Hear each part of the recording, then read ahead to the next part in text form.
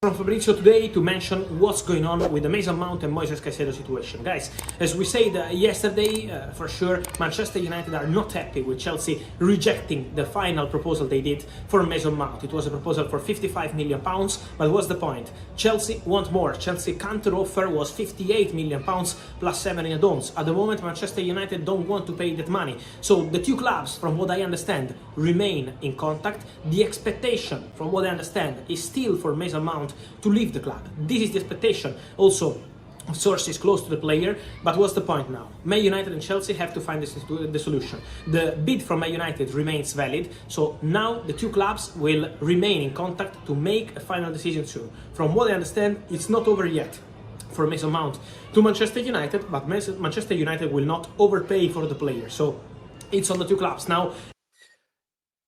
Fabrizio there with an update on the Mason Mount situation, which gripped the Chelsea and Man United fan base very, very late last night. And what I want you to do right now is hit the like button. Make sure that's done. Make sure you're subscribing to the Football Terrace. That's really important.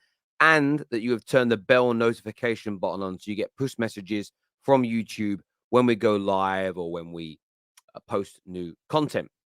And I think we're all sort of, when it comes to this situation, I think what Fabrizio has said there is what most fans, once you sit and discuss it and talk to each other, you will kind of came to that conclusion. Yes, Man United are looking at Caicedo. Yes, Man United don't want to overpay, so they're going to publicly state the offer's on the table, but we're not going to negotiate further in terms of increasing the sale.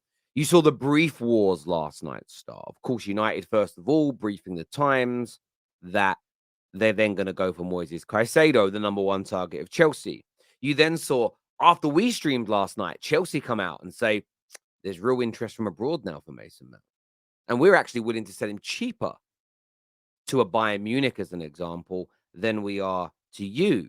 So again, maybe you want to rethink about what you're saying and doing. And essentially what we are seeing is two Premier League clubs duke out a negotiation publicly. And of course, as fans, we should react to it. We should give our views and we should give our opinions because elements of these conversations will come true.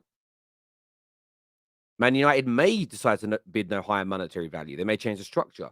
Chelsea may start talking to clubs abroad. Man United may put a bid in for Moises Caicedo later down the line. These things are all a possibility. But what is more likely is very much what you heard there from Fabrizio Romano, that there will be a face-to-face. There will be a sit-down conversation. The clubs will discuss. And I believe there will be a happy medium found between the two football clubs.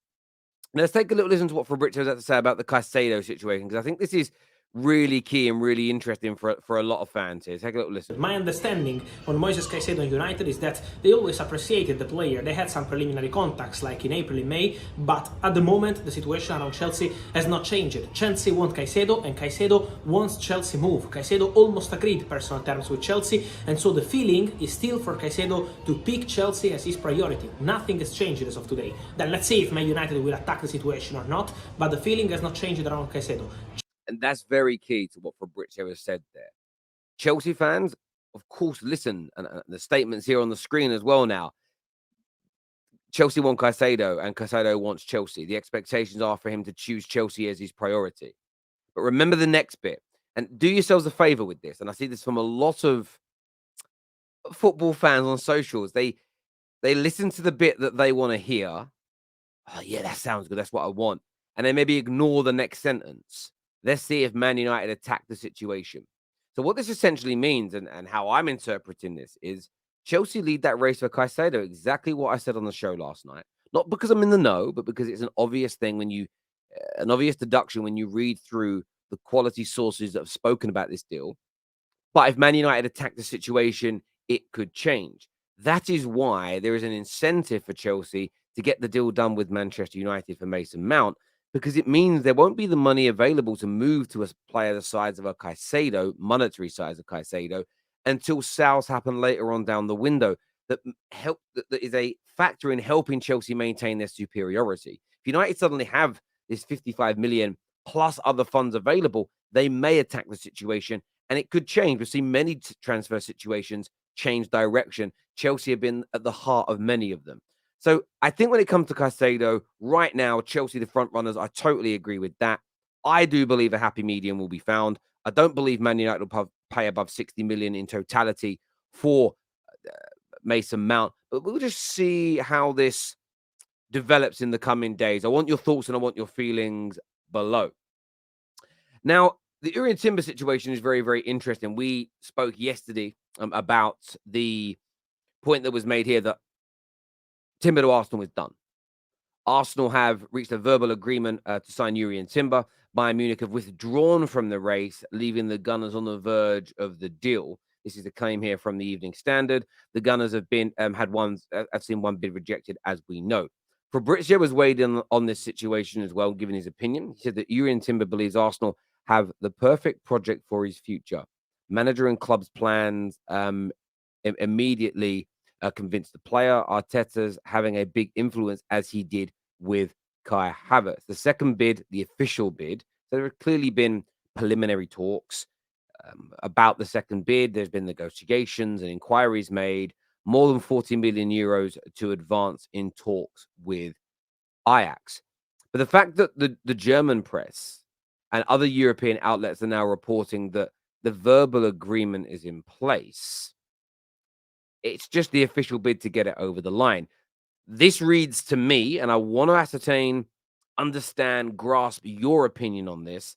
But if the verbal agreement is there and the personal terms are agreed, because they are agreed, they were agreed about 4 or 5 days ago or announced. They probably agreed further back than that because clubs don't typically put in official bids until personal terms have been agreed upon. Remember that. If the verbal agreement is there and the player wants to join, this is a de facto done deal for Arsenal.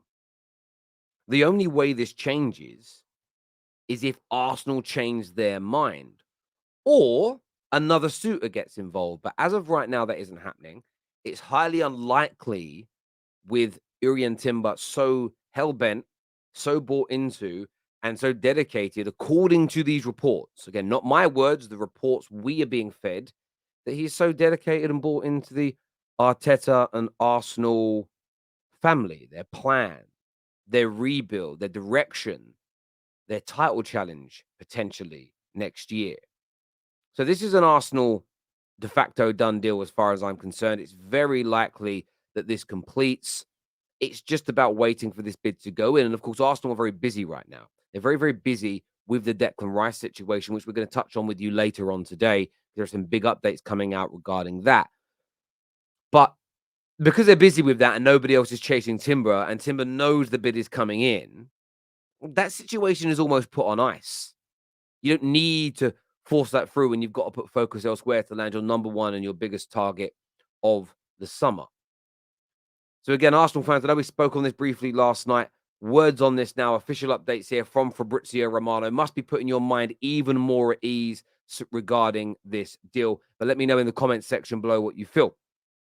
I want to talk a little bit about Liverpool as well on this show. This doesn't come from Fabrizio, this update. This comes from a journalist we've had on the Terrace before. This comes from David Lynch, very well-respected correspondent in relation to Liverpool. And he has said here that Liverpool are closing in on signing Nice star Thuram as talks continue. His article here says that Liverpool expect the Thuram deal after new talks. Liverpool closing in on signing him. The star wants the move, and the Reds are pushing hard to secure a full agreement. And sources have said that Liverpool expect to complete the deal for him. And we spoke with Hussam on Friday and said, the Liverpool transfer window has gone a little quiet in the last couple of weeks. But what you would argue, and this is a defense of Liverpool here, is that when things go quiet with Liverpool, you can often, at the end of that silence, there's almost a loud bang and a deal, and maybe a deal or a moment that nobody was really expecting. Liverpool do often have the ability to work very well in silence. Their local journalists get tips, but you very rarely see a Fabrizio or a David Ornstein, Steinberg, somebody of that level who has the inside track on Liverpool. They're very particular with whom they share their information with. In terms of Thuram, look, from my point of view, I think this guy is quality. I think this guy has such an upside. such a good ceiling, wonderful athleticism, ability for days, and is a player that will improve Liverpool in the short term, has the potential to improve Liverpool in the short term. Let me rephrase that to potential. But most certainly, okay, has the ceiling, as we've mentioned, and the potential to become a star in this Liverpool side for years to come.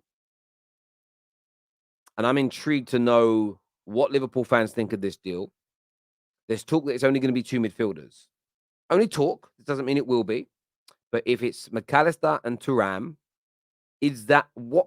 Where does that business alone elevate Liverpool, and what else do you need? That is the question I'm posing to you today. Remember, before you leave today, people, to hit the like and the share button. Share this across your, put it into your WhatsApp groups. Share it with your friends and family. Of course, turn that bell notification button on as well. Very, very important to the Terrace that you get that done. But until next time, everybody, take care. Goodbye. God bless. And we'll be seeing you all again very, very soon. Bye-bye.